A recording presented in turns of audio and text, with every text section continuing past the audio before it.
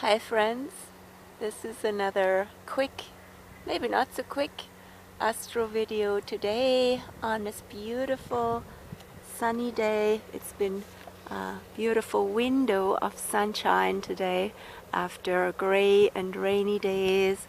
Of course, the earth was very receptive to the spring rain, and now all the little flowers are coming out, even already some camas, buttercups, fawn lilies and such. So it is full on spring here in Victoria. Everything is green and fresh and the sun is out and it's mild, so naturally time for a little walk, and I feel inspired for to share a few themes that are going on in the cosmic weather.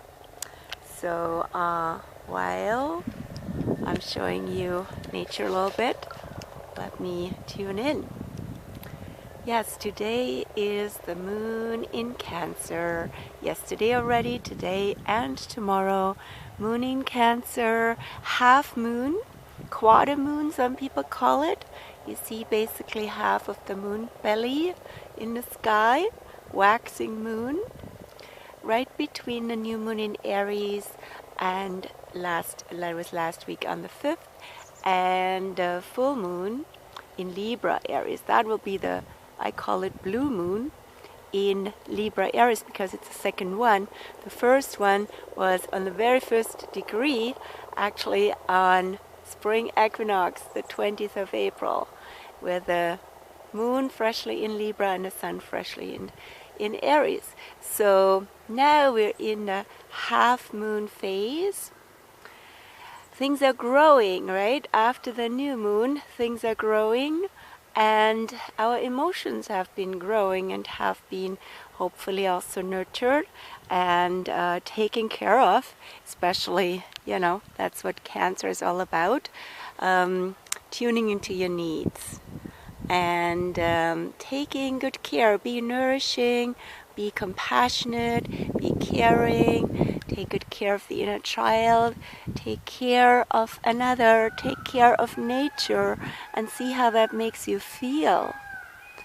Yeah, so it's all about softness and compassion with yourself, with the world, and of course from that place, from that nourished motherly place, we have more energy also to do what needs to be done, a la Capricorn. So what's quite striking these days are two themes. One is, I have a little sneezing coming on here any minute. Okay, part of the picture. So two themes are really striking. One is Jupiter turned retrograde here on the 10th of April, just 2 days ago. It's the 12th now, until August the 11th. And Jupiter started out from late Sagittarius, 24 degrees, just 2 degrees off the Galactic Centre, which is also a black hole, is in the Milky Way galaxy center. And guess what happened? Synchronistically, the first black hole ever was captured on film by a whole team of scientists and a big amount of data that was all sorted out and stitched together by actually leading that team was a young scientist, computer scientist. She created that algorithm that helped stitch all the data together, and we saw in the news this black hole image with the event horizon, with this outer ring that basically once matter goes into that tipping point, it gets sucked in and that's it. And so that's my theory in very basic terms. So black hole, that was not the Milky Way, a black hole, it was a neighboring galaxy, but nevertheless Jupiter started to go retrograde on that very day, actually quite synchronistically. What's that astrologically all about? Well, Jupiter now in Sagittarius in its own sign is all about guidance, wisdom, understanding, seeing the bigger picture, finding our path, connecting with our heart and moving, being on our journey, knowing our yes, not needing to argue that or to defend or whatever, right? So coming from a place of very expanded understanding and knowing our why, and moving forward with that. It's a lot of motion in that sense. It's the journey, the pilgrimage, the path, finding that. And now with Jupiter retrograde, finding it from within, going into our inner guidance, connecting with our heart wisdom. It's the Jupiter in Sagittarius retrograde until August 11th. So that came up already quite a bit in connections and sessions with clients this week. Quite magical, lots of wisdom was sourced, and always beautiful for me not to come from the old paradigm and saying, okay, here's your path. No, I'm not doing that. That's really old school. Tell me the path, tell me the destiny, be a fortune teller basically. No, it's looking, really exploring deeply with wisdom, with compassion, the picture, and tickling out, sourcing deep wisdom from within that guides clients. So that was my delight to be midwife and support in that. Now what's also going on this week is, that was earlier this week already, Monday, Tuesday. The moon was in Taurus, now the moon is in Cancer, and there are a few other planetary bodies that are all either in their home or home domain, ruling sign, or in their exalted sign. That's quite striking. So the moon now in Cancer, rules Cancer. The sun is in Aries, where the sun is exalted. Yes, the sun, the spring sun, is so welcome and so powerful. Yes, we really love the fires, the warmth, the solar energy of spring, fresh spring energy with Aries. That's why the sun is very strong in Aries, strongest in the Zodiac. Sun, moon. Now when it comes to Mercury, Mercury is the one that is actually in so-called in fall. So it's in opposite. No, it's in exile. Sorry, it's in exile. It's opposite the sign that it rules, which is Virgo. Also rules Gemini, but Virgo would be one of the rules. But now it is in Pisces. Mercury's been in Pisces since mid-February, and that goes on until the 16th of April, next week, 4 more days. So that can, so to say, mess things up a bit, confuse and lead us a bit astray with the mind. But why has Mercury been retrograde so long? Why has Mercury been in Pisces so long? I answered it because it was retrograde. Mercury was retrograde all in Pisces here, pretty much throughout the month of March, was also the 5th to the 28th. And it's just coming out of the shadow zone.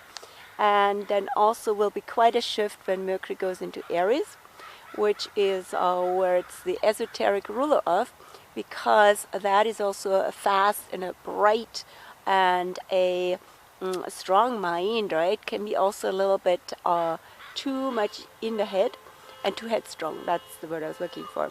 So, but now we're with this Mercury in Pisces, seeing also how everything is connected. And we can also surrender to messages and to, so what comes our way that we wouldn't find otherwise, right? So we might even channel energies, might channel messages. That has come up quite a bit lately in my private life, in my business life. So a lot of channeling, a lot of tuning into the omni-connected, all that is, multidimensional world. And so that's been really beautiful. And it required, of course, from us to be receptive and be open and connected. So still a bit of that wave of Mercury in Pisces flowing out before it goes into Aries. And Venus is also in Pisces now. And Venus is exalted in Pisces.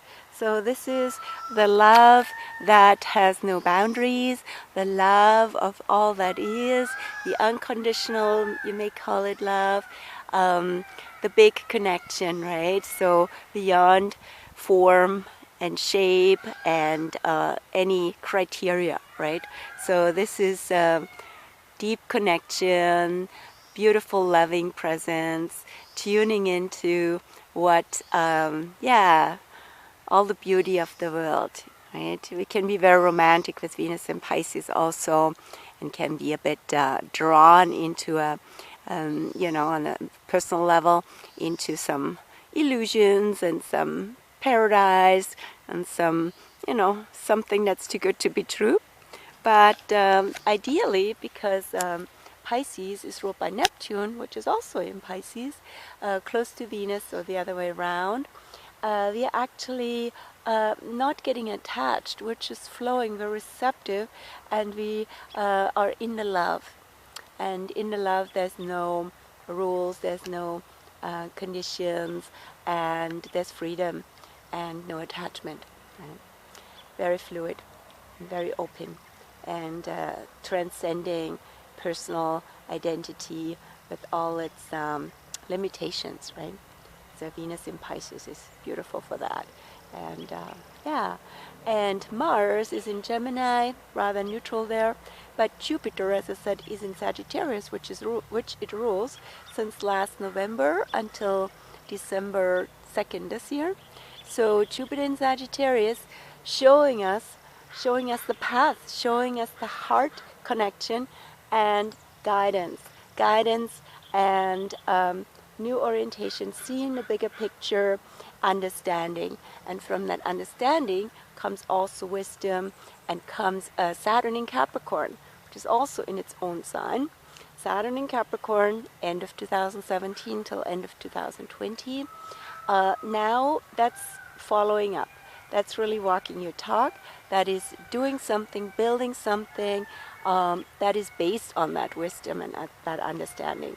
So there's tests, but also good to see the effects of when you do the good work, when we're in integrity, when you are in alignment in that sense, in sense of commitment also, and maturity, and so on. And keeping things simple also. Saturn in Capricorn loves simplicity and no waste of time and energy on something that doesn't really matter. So really always tuning into what matters most, what is priority, what that's basically wisdom, elder wisdom, right? But really lived and not just talked about. Walk your talk. Yeah, and Neptune is in Pisces, as I said. That's going on till 2023, showing us already since 2012, showing us we're all connected, all is connected, and it's a big web. We're seeing it, of course, through the internet and through social media, but that's just a simulation, I call it.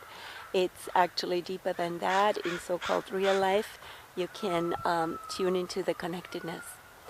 And then Pluto is also in Capricorn till 2023, so showing the deeper underlying patterns, underlying processes that are now shaping our evolution. And with Capricorn, of course, also the shadow, which is coming up and being hopefully transformed in those years, but Pluto is still in Capricorn.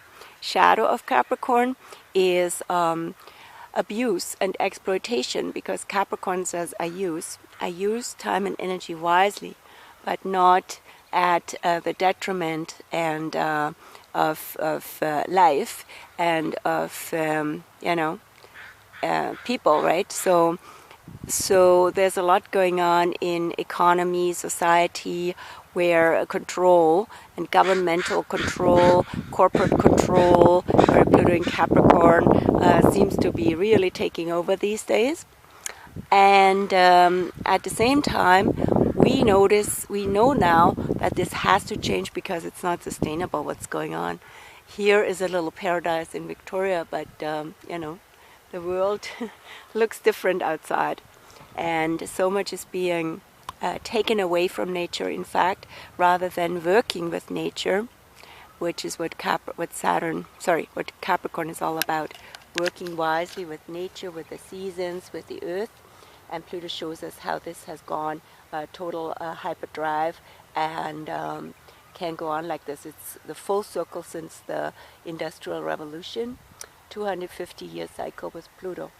So change is in the making. Sometimes you see with Pluto it gets intense, it gets extreme before and as it changes. So yeah, we're in that. And still 4 more years of Pluto in Capricorn. And now with Saturn next to Pluto, Saturn shows us the evidence, and Saturn also shows where things have come to a limit, right? And so that brings us almost full circle, because the South Node is also in Capricorn these days, and the South Node also shows like, no, if we go into the shadow of Capricorn, we're losing energy, we're losing precious life forms. Life forms go extinct, not just life forms, it's basically animals, it's plants, it's nature goes extinct, and it's irreversible.